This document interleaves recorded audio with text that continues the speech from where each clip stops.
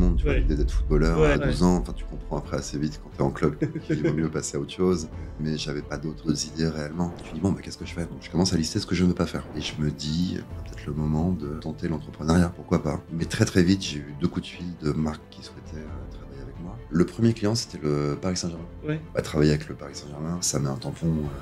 Au début, je dépendais des départements communication et pouvoir dire que je bosse avec le PSG depuis 7 ans, ça interpelle les gens. Le meilleur conseil qu'on a pu te donner en tant qu'entrepreneur, enfin pour booster ton business, pour développer ton business, c'est quoi? Non, je me rappelle toujours d'un truc venant de Colette. J'ai démarré ce rôle d'attaché de presse. J'étais dans le jus total tous les jours. Ça arrivait dans tous les sens. Je paniquais. Au bureau, je me disais comment mes journées ne peuvent pas ressembler à ça en permanence. Et un soir, je l'appelle vers 21h30 et en fait, elle m'engueule un peu gentiment. Mais qu'est-ce que vous foutez au bureau à 21h30? Pourquoi vous m'appelez?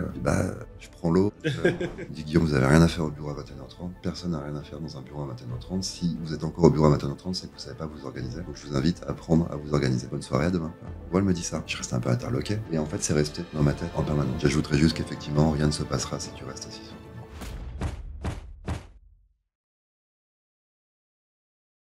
Chapeau et bienvenue dans ce nouvel épisode. J'ai la chance et l'honneur de recevoir Guillaume Salmon. Salut Guillaume. Salut Steve. Ça va? Ça va très bien, toi. Ça va super, je te remercie. Merci beaucoup d'être là. Merci pour l'invitation. Avec grand plaisir. Guillaume, j'ai pour habitude, on va rentrer dans le vif du sujet, de poser une question et je parle de singularité. Quelle est la singularité dans ta vie, donc, ou aussi bien dans ton enfance, dans ton adolescence ou dans ta vie adulte peut-être, qui fait l'entrepreneur, la personne que tu es aujourd'hui? Alors je dirais assez simplement, mais je l'ai réalisé il y a pas longtemps d'ailleurs. J'ai jamais eu d'ambition, j'ai jamais eu de rêve, j'ai jamais eu d'idée générale de ce que je voulais réellement faire et j'ai toujours laissé les choses venir à moi ou saisir les choses quand je pouvais les saisir, mais c'était de manière très empirique, très organique. Tu vois, en anglais, on dit go with the flow, I go with the flow. C'est un peu l'idée. Donc, tu n'avais aucun rêve quand tu étais petit, tu vois, par exemple, moi je voulais être footballeur ou pilote de ligne. Toi, quand tu étais petit, tu avais un rêve. Oui, mais comme tout le monde, tu vois, Ouais. l'idée d'être footballeur Ouais, à 12 ans, enfin, tu comprends après assez vite quand tu es en club qu'il vaut mieux passer à autre chose. Mais j'avais pas d'autres idées réellement. Dans le cadre de mes études, je suis allé en fac sur un domaine en me disant, bon, bah, j'aime bien ça, mais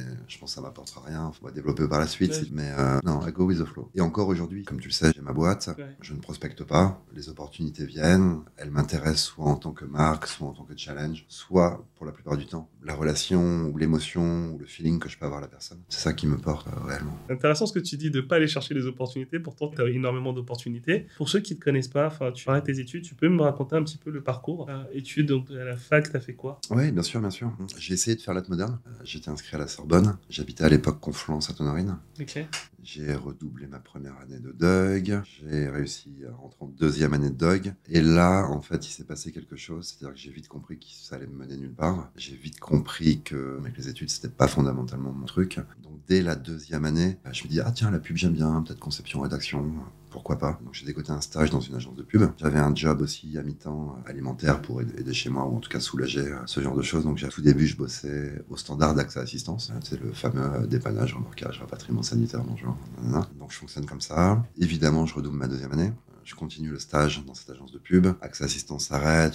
J'ai des petits jobs et je prends un job à un moment de serveur dans un bar. Là, on est en 2000-2001, tu vois. Un jour, un ami de l'époque, photographe italien, m'appelle et me dit « Ah, tu as entendu parler de ce magasin, Colette ?» Je dis « Oui, vaguement, j'y étais jamais allé. » Ils cherchent des serveurs extra pour une grosse soirée qu'ils organisent à l'Opéra Garnier avec Saint-Laurent. Je dis « Bah écoute, c'est super, mais j'ai déjà un job de serveur à mi-temps. » Et en fait, là, il me dit « C'est payé de temps. » Donc mes yeux s'illuminent. Ça correspondait à peu près à ce que je gagnais en un mois dans ce bar. Pas terrible, tu vois, du boulevard Saint-Michel d'ailleurs. Je vais pour postuler, je suis pris. Là, je découvre un nouveau monde, un nouvel univers, mais qui était loin de moi à l'époque. Vraiment très éloigné. Je suis interloqué, interpellé, subjugué. Donc 2-3 jours après, je retourne chez Colette et je demande s'ils cherchent des vendeurs à mi-temps. La réponse est positive. Donc je lâche mon job de serveur dans le bar. Je deviens vendeur à mi-temps. Au bout de quelques semaines, j'ai capté qu'il y avait une équipe réduite qui, chaque mercredi, dans la nuit du mercredi au jeudi, changeait le display, les vitrines de manière hebdomadaire. Okay. Donc je demande s'il y a besoin d'une petite main en plus. Et c'est vraiment un truc de petite main, c'est-à-dire tu remets les produits dans leurs cartons, dans leurs emballages, tu sors les autres, tu nettoies, tu vas chercher les éléments de déco entre le stock et le magasin. Donc ma Colette accepte de me prendre en petite main. Et pendant ouais, 2 ans, je dirais. Je faisais toujours mon stage dans la pub le lundi, mardi, mercredi. Mercredi soir, j'arrivais à la boutique pour 19h. On bossait jusqu'à 3 à 4 heures en petite main. Je revenais au magasin le lendemain. Les coups de 9h30, 10h, il ouvrait à 11h pour continuer de ranger ce qu'on n'avait pas eu le temps de faire. Je bossais comme vendeur le jeudi, vendredi, samedi. Et le dimanche, au début, j'essayais de récupérer mes cours. C'était pas tenable sur la durée. Et pour parler d'opportunités, en printemps 2002, les études, c'est un échec total. Le stage dans la pub, je comprends très vite que ça va mener à nulle part. Et j'apprends, si tu veux, la radio interne, que l'attaché de presse de l'époque, Victoire, allait monter son bureau extérieur et que Colette cherchait quelqu'un de nouveau en interne. Et j'apprends qu'elle pense éventuellement à moi, mais elle est pas sûre que ça m'intéresse, que ça me plaise. Parce qu'elle sait que je fais un stage dans la pub, elle sait que je fais des études, mais ce qu'elle ne savait pas, c'est que c'était un échec. Pendant, je sais plus si c'est quelques jours ou 2-3 semaines, je trépigne, je réfléchis, je me dis j'y vais, je me lance. Et un jour, je me lance, et on descend au restaurant Waterbar qui était au sous-sol. Je lui dis, alors vraiment en gigotant comme un enfant de 5 ans, qui sait pas trop comment se positionner, et je lui dis, écoutez, j'ai cru comprendre que éventuellement ça peut m'intéresser, si ça vous intéresse. Elle me dit, ah bah c'est rigolo, justement, je pensais à vous, mais j'étais pas sûr que. Je dis, ouais, si. Donc on discute quelques minutes, elle me dit, bon, vous êtes d'accord que vous y connaissez rien, que je confirme évidemment. Et là, elle me dit un truc que j'ai trouvé extraordinaire, et que je trouve toujours extraordinaire. Elle me dit, ok, je vous laisse votre chance, je vous laisse le temps d'apprendre, mais promettez-moi juste que vous partez pas dans les 3 ans. Ok. Et je dis, je vous le promets, on tape dans la main. Et puis ensuite, c'était parti. Donc ça a commencé en mai 2002, et je me suis occupé de relations presse, puis un peu de la communication par la suite, jusqu'à la fin de l'aventure en décembre 2017. Pourquoi, selon toi, elle voulait pas que tu pars dans les 3 ans? Bah pour elle, c'est un investissement, c'est un engagement. Tu vas donner sa chance à quelqu'un. Ouais. Ça prend du temps. Ça se fait pas en 6 mois, ça peut se faire en 1 an, 1 an et demi. Tu développes quelque chose, tu développes un réseau, tu développes une manière de travailler, tu t'imprègnes de la culture du lieu. Et ça paraissait logique. Et d'ailleurs, après, par la suite, tu vois souvent, les gens, ils ont souvent des cycles de 3 ans, par exemple. Et t'es resté jusqu'à la fin, t'es resté jusqu'au bout. Ouais. Bah, c'était une aventure extraordinaire. Ouais, c'est clair. Ah, bah, super. Donc après, on est en 2017, c'est ça? Ouais. Colette ferme. Ouais. T'es dans quel état d'esprit? Qu'est-ce que tu te dis là? En fait, on fête les 20 ans de Colette en mars. Et moi, j'ai un truc qui commence à me trotter dans l'esprit qui est, je vais avoir 40 ans, le magasin a 20 ans, ça fait 18 ans que j'y suis. Je fais jamais de numérologie, tu vois, mais là, je trouve qu'il y a un enchaînement de 3 chiffres un peu symboliques. Et après 18 ans en tout chez Colette, j'ai commencé à me dire, tiens, est-ce que ce serait pas le temps de faire autre chose? J'avais aucune idée de quoi, donc j'ai juste cette réflexion, si tu veux, dans l'esprit. Et on fait l'annonce de la fermeture en juillet. Donc l'annonce officielle, torrent de coups de fil, d'emails, non pas par rapport à moi, mais par rapport à cette fermeture. Mais au milieu de tout cela, quelques coups de fil, quelques messages, si tu veux, qui me rassurent. J'avais un patronyme pendant toutes ces années qui était Guillaume de Colette. Mais je ne savais pas, j'étais incapable de savoir si Guillaume Salmon existait. Donc dans mon futur, ou dans mes réflexions, j'avais cette arrière-pensée, j'avais ce doute qui existait. Mais ce jour-là, le doute s'est estompé. Je pars en vacances quelques jours après. Je me dis, bon, bah, qu'est-ce que je fais? Donc je commence à lister ce que je ne veux pas faire. Il y avait quand même beaucoup de choses que je ne souhaitais pas faire. Et je me dis, même en parlant avec des amis de l'époque, je me dis, tiens, ce serait peut-être le moment de tenter l'entrepreneuriat. Pourquoi pas? Le système français fait qu'on a un lieu ferme, tu vois, il y a un plan, donc tu peux avoir des aides, t'as le chômage. Je me dis, je tente. Ce que je gagne, je le bac en trésor, et le chômage pendant 1 an et demi, je réduis un peu mon train de vie, et puis on voit ce que ça donne. Mais très très vite, j'ai eu 2 coups de fil de marques qui souhaitaient travailler avec moi. Donc je lui dis, bah, écoute, super, je peux commencer comme ça va être parfait. Et puis ensuite, petit à petit, les choses ont changé, ont évolué, ont grandi. Tu as commencé à travailler avec ces marques-là, c'est ça? Ouais. En indépendant? En indépendant. J'ai monté une société tout de suite parce que j'ai eu la chance, si tu veux, qu'avec ces 2 clients, j'étais au-dessus du statut entrepreneur. Ok, c'est beau. Ouais, c'est beau, c'est super. Ouais, pour commencer, c'est très bien. Donc j'ai monté ma société, puis j'ai travaillé avec eux. En fait, pendant 1 an, c'était comme j'étais à l'école, en formation, de qu'est-ce que c'est qu'un entrepreneur, quel est l'état d'esprit d'un entrepreneur. Parce que moi, j'avais la réflexion d'un salarié, j'avais les habitudes d'un salarié, je n'avais été que salarié, si tu veux, toute ma vie. Et en fait, c'est pas du tout les mêmes réflexes, c'est pas du tout. Tu vois, si j'avais pas de nouvelles d'un client pendant 1 semaine, je me disais, il m'aime plus, il veut plus de moi. Ok, intéressant. Alors qu'en fait, il avait pas besoin de moi à ce moment-là, tu vois. Lui, dans sa mentale. Il m'a fallu du temps pour assimiler un peu tout ça. Enfin, aujourd'hui, ça va mieux qu'il y a 7 ans, mais c'était une formation sur le tas, comme une nouvelle école, en fait. Toi, tu dis pas... Toi, tu vas te faire, parce que passer de salarié à entrepreneur, il y a quand même un gap, tu vois. Ouais, bien sûr.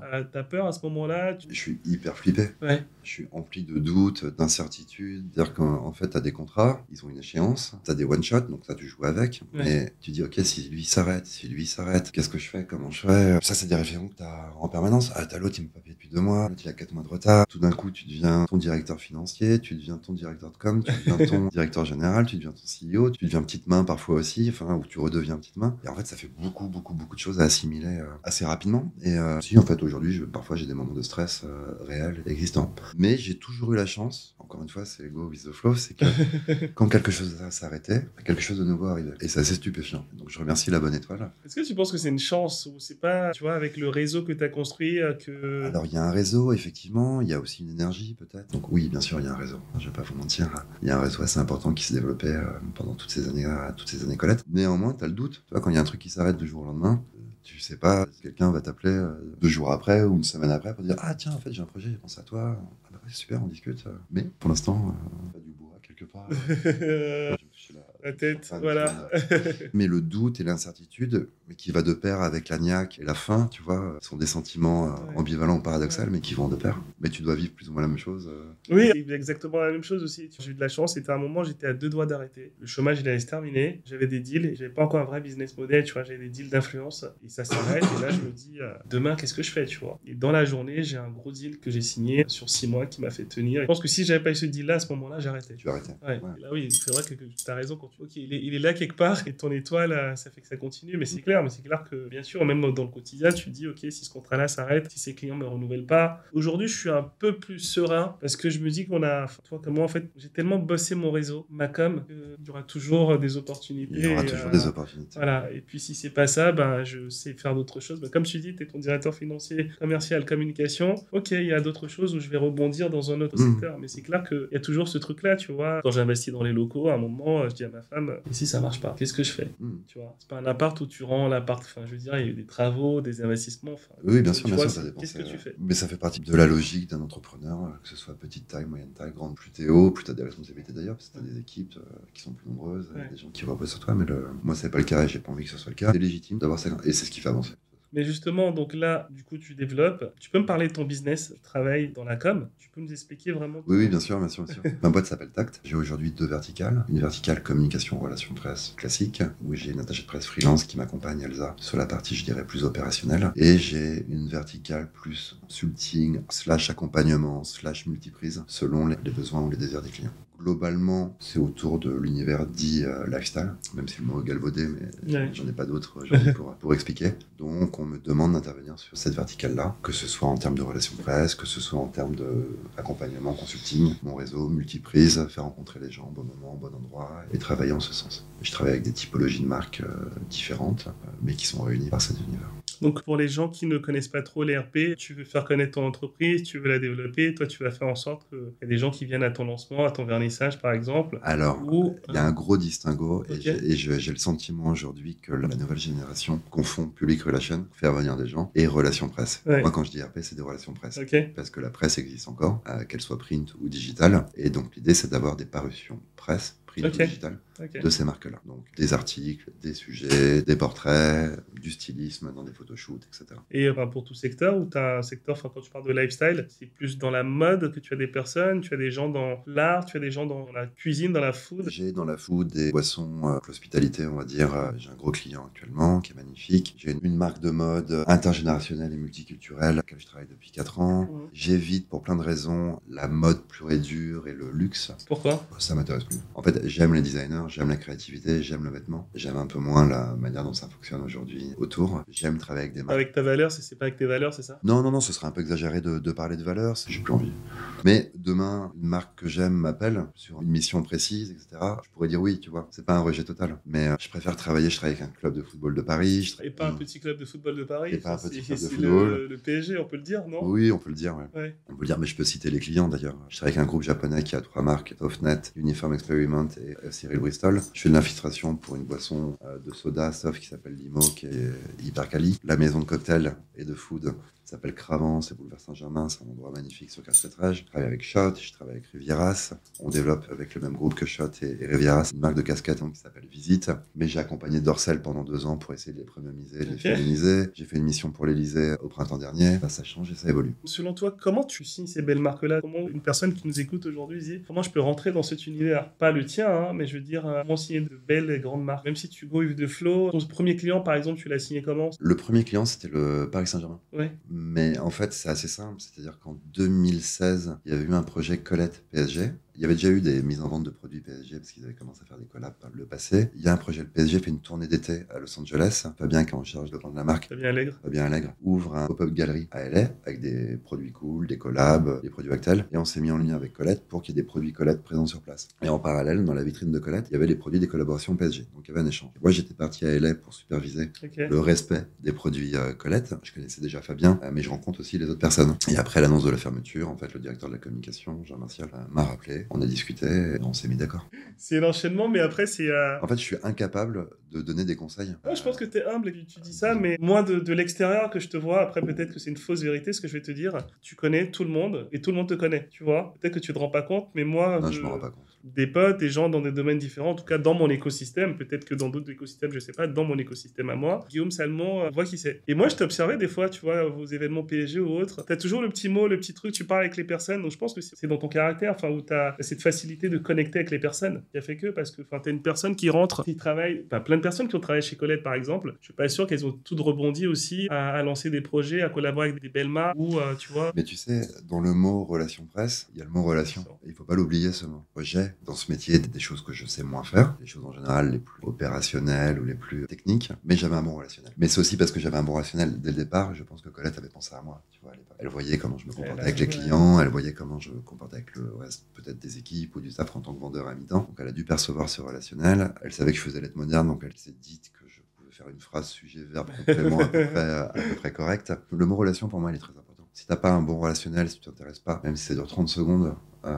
aux gens, quels qu'ils soient d'ailleurs, faut peut-être changer de métier ou faire autre chose. Pour toi, la clé de la visibilité, c'est le relationnel, c'est l'échange avec les personnes. Ça fait partie des clés, ouais. Tu donnerais quoi comme conseil à une personne aujourd'hui qui dit « Ok, mais moi, comment je peux développer mon business ?» Comment tu as développé ton business, toi? Je continue quand même à pas mal bouger. Ouais. À essayer autant que faire se peut, tel lancement, tel vernissage, tel projet. T'as des enfants? J'ai pas d'enfants, donc ça me permet aussi d'être un peu plus libre de mes mouvements. Je reste pas nécessairement 3 heures à chaque événement, tu vois, mais ne serait-ce que passer 15 minutes, 20 minutes. Aujourd'hui, parce que je bois plus d'alcool depuis 7 ans. Ouais, j'ai vu ton post. Quand je buvais avant, je pouvais rester un peu plus longtemps, forcément, pour profiter des open bars. Mais et j'essaye d'aller dans des choses différentes, tu vois, de pas me cantonner à un univers, mais de basculer sur quelque chose lié à la beauté, lié à la mode, au luxe, parce que ça m'intéresse toujours, tu vois, malgré tout. Des univers plus street ou plus arty, des lancements plus mainstream ou plus globaux. En fait, je me nourris un peu de tout ça. Aujourd'hui, il y a beaucoup de choses qui passent par le digital, mais je reste intimement convaincu que rien ne remplace l'humain et le physique. Ton œil, ton cerveau, ta mémoire percevra toujours plus intensément quelque chose que tu perçois là, tu vois, devant toi, que à travers ton téléphone ou ta tablette. Et en sortant, tu rencontres des gens, donc tu continues à accroître ou à développer ton réseau, tes relations. Tu vas croiser quelqu'un qui te dit « Ah, tiens, je pensais à toi pour... » La personne n'aurait pas eu forcément le réflexe de t'envoyer un texto, un DM, n'a pas tes coordonnées, et donc ça enclenche quelque chose. Mais ça, c'est facile pour moi de dire ça aujourd'hui. Quelqu'un qui démarre, qui a 25 ans, s'il sort, je sais pas s'il va rencontrer la bonne personne. Après, je vais dire les phrases bateau, hein. Faut être sérieux, faut travailler, faut être cadré. La vérité, c'est que je ne sais pas. Demain, tout s'arrête, tu me demandes de prospecter, je suis incapable de prospecter. Demain, tu vas appeler quelqu'un dans ton réseau et de dire, tiens, salut Jean-Michel, est-ce qu'on peut se voir? Est-ce que tu as du travail pour moi? Je suis incapable. J'ai pas de présentation de mon agence. J'ai pas de deck qui présente ce choix. Intéressant. T'as un site internet quand même. Mais mon site internet, il y a juste mon email. Et ça, je l'ai fait en mars dernier en me disant, ce serait quand même pas mal après 7 ans que si quelqu'un cherche TAC sur Google, puisse au moins avoir mon email. C'est TACT. C'est TACT. Me demande pas pourquoi. Mais c'est drôle ce que tu dis. Après, c'est une forme de communication, tu vois, c'est une communication un peu secrète, dans le sens où, oui, toi, tu l'as pas pensé comme ça, mais tu vas, ok, voilà, envoie-moi un mail, en fait. Et l'échange, il commence comme ça. Et pour moi... c'est aussi un sujet de discrétion, mais également par rapport à mes clients. C'est-à-dire ne pas nécessairement me servir d'eux pour accroître les clients. Mais vu que j'en veux pas beaucoup, en fait, tout va bien, tu vois, ça se... Mais est-ce que tu penses que parler de tes clients, c'est te servir d'eux? On est dans un monde aujourd'hui, tu vois, où t'as les gens, ils veulent des preuves, ils aiment bien être rassurés. Donc, une personne qui dit, ok, en fait, il a travaillé avec Shot, avec PSG, tu vois, avec de belles marques. Est-ce que ça rassurait pas? Mais si je les rencontre, je leur dis. Ouais. Parce que je vais les rencontrer à un moment. Je leur dis à l'oral. Quelquefois, un client, peut-être étranger, va me demander, tiens, est-ce que tu peux envoyer la presse? Alors, je fais, merde, je fais un truc. Puis je dis, j'ai Pierre qui travaille avec moi un peu sur la partie back-office. Tiens, fais-moi une presse vite fait. Est-ce qu'on reprend la bio un peu rigolote ou non, on prend la plus sérieuse? Puis on met, tu sais, le truc un peu bateau qui est, ils nous ont fait confiance. Et là effectivement, tu mélanges les logos, mais si je peux m'en passer, je m'en passe. Et la clé, oui, donc et après, mes clients, je les ai au quotidien. Parce que tu vois, j'en ai entre 5, 6, 7 à l'année, grand maximum, j'en veux pas plus. Je suis hyper joignable, que ce soit par mail, WhatsApp ou autre, les échanges ils sont extrêmement réguliers. Donc j'ose imaginer qu'ils sont rassurés de mon investissement. J'aime bien ce business model où c'est vraiment ce que tu dis, tu laisses vraiment couler les choses et tu te laisses emporter par la vague. Pour toi, si tu as une anecdote à me raconter, quelle stratégie tu as mis en place qui a développé la marque pour laquelle tu as travaillé, bien sûr, mais toi qui t'as mis un gros coup de boost où on s'est dit, ok, il a mis un truc en place, il nous a fait, c'est génial, tu peux m'en parler. Une anecdote, un truc comme ça qui te vient à l'esprit. Non, mais très sincèrement, et je la remercie encore, mais travailler avec le Paris Saint-Germain, ça met un tampon. Au début, je dépendais des départements communication pour les aider à développer la communication lifestyle. Maintenant, depuis 2 ans, je travaille avec Fabien directement sur la marque. Et pouvoir dire je bosse avec le PSG depuis 7 ans, ça interpelle les gens forcément. C'est un gage de confiance. Ouais. Mais travailler avec Shop depuis 4 ans aussi, travailler avec Cravant, qui appartient au groupe MH depuis 2 ans, ça pose aussi des bases intéressantes. Pour toi, c'est quoi une bonne campagne de communication? Alors, pour moi, il faut qu'elle soit complètement à 360 et que chaque élément soit une pièce du puzzle de ta com. Relations presse, print, digital, classique, relais de key opinion leader ou d'influence si la marque a envie pour accroître une autre forme de network ou de visibilité. Mais je pense que cette partie-là ne doit pas être la seule. Ok. Donc, relations presse, relations influence. Presse, si la marque le peut, publicité, pro, rue, même digital, booster les référencements sur les plateformes également. Ok. En référencement naturel ou... Oui, Google, Meta, etc. Trouve la bonne idée. Mais en définitive, t'as pas de bonne idée si t'as pas un bon produit. Pour moi, le produit, c'est la base de tout. Et justement, je te posais cette question-là la dernière fois. Il y a une personne que j'ai interviewée qui me disait t'as pas besoin d'avoir le bon produit, il faut savoir juste communiquer. Qu'est-ce que t'en penses, ça? Je pense que dans ta campagne de com, ouais, mais au final, c'est le consommateur qui décide. Si t'as pas le bon produit, le conso, il va peut-être pas forcément suivre. Quand je dis ça, je sors du registre des marques qui ont le buzz ou la hype du moment parce qu'il y a un effet waouh sur eux sur un moment. Tu vois, parce qu'en définitive, on a tendance à confondre ce qu'on voit au-dessus de l'iceberg qui cartonne tout d'un coup, mais ça marche dans la chanson, dans le cinéma et autres. Mais il y a quand même plein d'autres choses qui existent sans être starifiées, ont quand même une grosse présence. Et ce n'est pas parce qu'une entité starifiée fonctionne que tout fonctionne de la même manière. Mais je te parle du produit parce que moi, je viens de Colette, c'est un magasin. Ouais. Et on avait un rapport au produit essentiel. Sans mon produit, tu vends pas. Sans mon produit, tu ne vends pas. Oui, c'est le produit qui prédomine. Il faut qu'il plaise au client, il faut qu'il soit de qualité, il faut qu'il selon la gamme de produits, tu vois. Encore une fois, moi, j'ai un rapport particulier. En gros, je viens du retail, donc j'aime le produit. Je suis d'accord que le produit, c'est hyper important. Moi, je vends du service. Pour moi, c'est un produit, tu vois. Je suis obsédé par des packaging, le service client, les détails. Je dis toujours à mon équipe, on promet toujours moins. On dit non, on fait pas. Mais dès qu'on signe, on leur donne beaucoup plus. Comme ça, en fait, il y a une bonne surprise. Quelqu'un qui débute relation presse, comment il fait? Il n'a pas de budget, tu vois, parce que tu m'as dit relation presse, ensuite relation influence et publicité.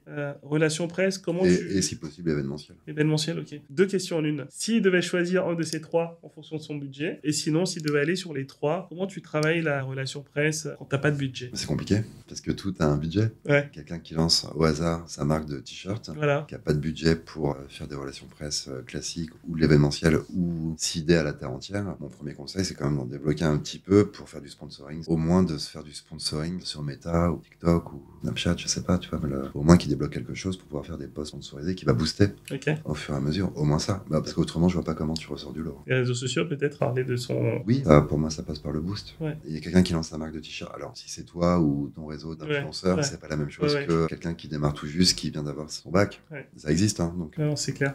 Pour quelqu'un, il faut qu'il rejoigne mon académie, l'Académie Visible. On les aide à développer, booster leur business, exactement. Le meilleur conseil qu'on a pu te donner en tant qu'entrepreneur, pour booster ton business, pour développer ton business, c'est quoi? Non, je me rappelle toujours d'un truc, venant de Colette. Quand j'ai démarré ce rôle d'attaché de presse, j'étais dans le jus total tous les jours. Ça arrivait dans tous les sens.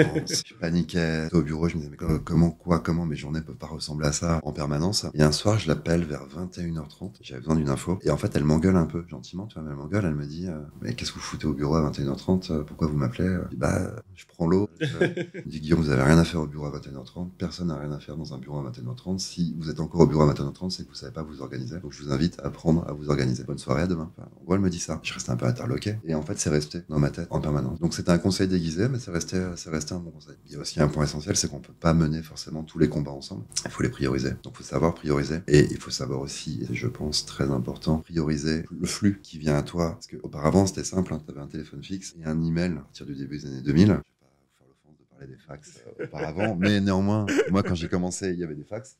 Mais aujourd'hui, je pense comme toi, tu reçois des demandes, quelles qu'elles soient, mais ça arrive en DM sur Insta, ça arrive par WhatsApp, ça arrive par texto, ça arrive par téléphone. Toi, tous les leviers sont possibles. Et en définitive, on reste que des êtres humains, donc tu peux pas tout absorber forcément en même temps. Et donc, c'est savoir aussi prioriser ça. C'est marrant ce que tu dis. Ce que je fais, dès que je vais chercher mes enfants à 17h, mon téléphone, je le pose au bureau. Et en fait, je garde que mon perso, tu vois. Et le numéro, il y a pas beaucoup de gens qui l'ont, mais c'est parce que sinon, le pro, il y a tellement de demandes. Et avant, au début, je répondais tout le temps, parce que je disais, j'ai raté une opportunité si je réponds pas. La chance que j'ai eue, je pense que c'est d'avoir un enfant. Clairement. Ça m'a permis de, la priorité, c'est lui. Oui, tu n'as pas le choix de le prioriser. Exactement. Mais auparavant, chez Colette, j'avais un téléphone pro, un téléphone perso. Le pro, le vendredi 19h, je le laissais au bureau et je rallumais le lundi. Tu sais, sur mon perso, j'ai pas Insta. J'ai fait exprès de pas le mettre dessus. Non, mais t'as raison, parce que moi, j'en ai qu'un de téléphone aujourd'hui et je me retrouve le samedi matin. Je me lève tôt à 7h à répondre à des trucs ou le dimanche à 22h à répondre, alors que ça peut clairement attendre le lundi. Donc savoir prioriser, mais c'est des conseils, enfin, comme je le disais en préambule, hein, en définitive, j'ai pas vraiment de conseils à donner. Non, je pense que chaque expérience est bonne et qu'on a toujours à apprendre des gens. Et moi, il y a des choses que je retiens là. J'ai peut-être mal le verbaliser, mais il y a peut-être un truc. Moi qui suis un peu plus âgé, T'as quoi, 47, 48? je vais avoir 48. Ouais, on a 7 ans, 8 ans d'écart. Mais parfois, tu vois, je vois des plus jeunes, 25, 30, 23. En fait, tu sens tout de suite qu'ils veulent networker d'une manière un peu abrupte, voire agressive et ou maladroite. Moi, ça, c'est un truc qui me rebute. J'aime bien quand c'est un peu plus smooth, quand c'est un peu plus sincère aussi. Et en fait, je dirais qu'il faut savoir être un peu plus chill. Intéressant. Parce que pour toi, les gens, ils vont remarquer tout de suite que la personne, elle est là pour networker. Et c'est comme quand t'es lourd et quand tu dragues une fille et que tu envoies plein de messages. Exactement, tu vois, c'est ça le truc. Lui, il est lourd, c'est bon. Et c'est ça. Ouais, ok. Très bonne comparaison. Ah, mais c'est vrai. Enfin, en fait, au moment où tu me disais ça, hier, j'étais au lancement de Lamborghini. Je discutais avec des copains. Il y a un mec qui vient nous parler. Mais en fait, tu saurais que lui, il était là pour réseauter, mais vraiment lourd, tu vois. Donc, il se met à côté là. Et on était dans une discussion vraiment profonde à un moment. Et il attend. Et c'était un peu gênant parce que du coup, on essayait de lui parler, mais c'était très gênant. Et en fait, ça m'a fait penser à ça. Ouais, quand tu vas voir une fille, il peut être très, très, très gênant. Ok. Et il y a, toi, des levels de personnes un peu plus décisionnaires que d'autres. Et ils vont le ressentir tout de suite. Il y a un truc que j'ai jamais compris, c'est le fameux truc dans l'ascenseur de 7 secondes. Là, Le pitch elevator. le pitch elevator. Oui, parce que t'es Pas dans cette logique, tu vois. Oui. J'ai pas la logique start-upper, j'ai pas la logique école de commerce, j'ai pas la logique. Tu fais pas lever de fonds, c'est pas ton. Pas lever de fonds. Moi, tu me demandes de m'expliquer en 7 secondes. Justement. Très compliqué. T'as d'autres métiers ou d'autres passions dans la vie? Ah, ne rien faire. Passion, c'est peut-être un peu exagéré, mais c'est lambda. Hein. J'aime beaucoup la créativité, tu vois. Je me nourris de créativité, mais je ne suis pas créatif. Moi, j'aime bouquiner, j'aime regarder des films, j'aime regarder le Paris Saint-Germain, Hello Ulysse. J'aime contempler. Le week-end, j'ai la chance d'aller à la campagne, j'aime regarder la nature et tondre ma pelouse, faire des feux de cheminée. Je fais un peu de sport, mais c'est pas une passion, tu vois. C'est juste pour avoir un minimum d'entretien. Tu fais quoi comme sport? Je me suis fait les ligaments croisés il y a quelques années. Je me suis Ok. pas fait opérer, donc je suis très limité. Il faut que je reste dans l'axe. Ok. J'ai le droit uniquement à la natation. Je vais pas à la piscine à Paris pour nager. J'ai le droit de courir. J'ai le droit de faire du vélo et j'ai le droit de faire de l'elliptique. Donc je fais de l'elliptique. Donc c'est pas le truc le plus sexy et viril Ça du te monde, maintient en forme. mais ça fait tout bosser. Et là depuis un mois, je me suis mis à faire des exercices un peu d'étirement, de renforcement musculaire, mais chill. Si tu veux parler au Guillaume de 20 ans et là, avec ton expérience, quel conseil, quel trait de ta personnalité développé fait de toi, l'entrepreneur, avec son business, avec ses clients, avec ce qu'il est en train de mettre en place aujourd'hui? Reste qui tu es. Je pense que c'est important de savoir quelle est sa personnalité, de pas se travestir, de pas se mentir, donc de ne pas mentir aux autres. Je dirais, va voir un psy, même si tu penses que t'as pas de soucis. Ok. Et pas forcément pendant 5 ans, 10 ans ou 15 ans, mais au moins pour parler. Toi, moi, je l'ai fait à 40 ans, j'aurais aimé le faire à 30 ans, par exemple. Est-ce que le psy, ça t'a apporté quoi? Ça m'a permis de dire des choses de passé ou de mon enfance que je verbalisais pas forcément, que j'avais tendance à garder ou intérioriser. Ça m'a permis de débloquer des mécanismes aussi de pensée, ça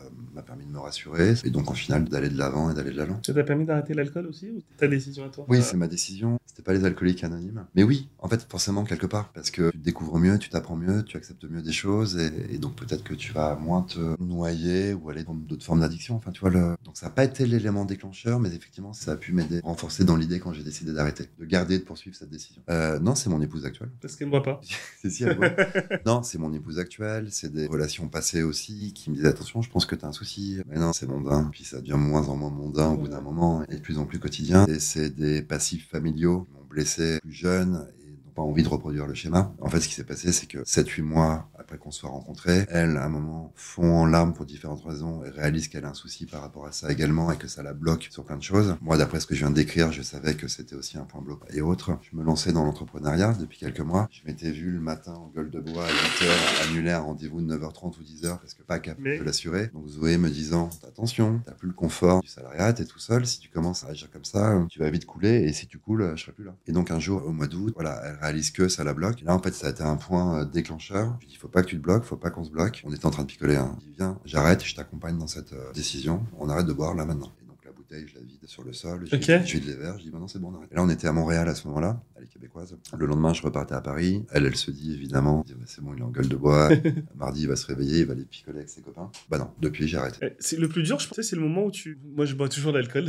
Moi, je fais ce dry January, tu vois. Mais je pense que le plus dur, c'est le premier verre, le deuxième verre et aussi l'entourage. Tu vois, parce que du coup, tu vois tous tes copains. Il y a un truc qui me saoule, moi, en France. Ah, t'es pas marrant, tu bois pas. Je sais pas si t'as déjà eu ce truc. Si. C'est relou, ce truc. Après, j'ai l'avantage de faire 1m90, 100 kg. Donc, un regard parfois suffit. Ouais, calmer. Au début, ça m'agaçait, je répondais, tu perdais du temps, surtout que la personne qui te parle, elle a 4-5 verres dans le nez, donc ça n'écoute pas en retour. Maintenant, je dis simplement, écoute, si j'ai décidé d'arrêter de boire, c'est qu'il y a une raison. Puis je marque le point à ce moment-là, et ça va pas plus loin. Après, j'avais des potes d'apéro que je vois plus, l'entourage il change. Bon, L'entourage change quoi qu'il arrive à travers les époques et selon l'évolution de chacun. Ça doit être On va bientôt arriver à la fin de cet épisode.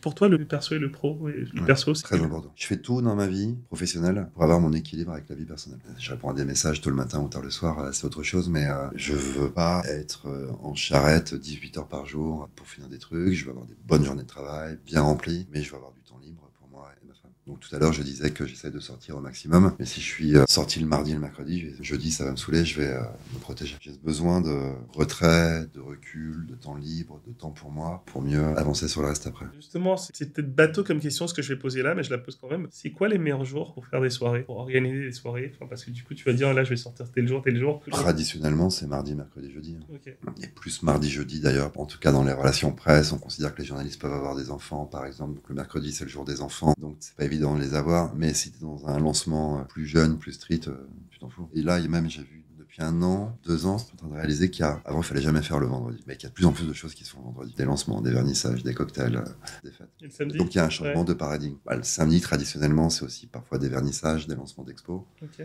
On parle en période hors Fashion Week. Après Fashion Week, il n'y a plus de jours, il n'y a plus d'horaire. Il y a 40 trucs tous les jours, à tout moment. Mais moi, d'expérience, je dis...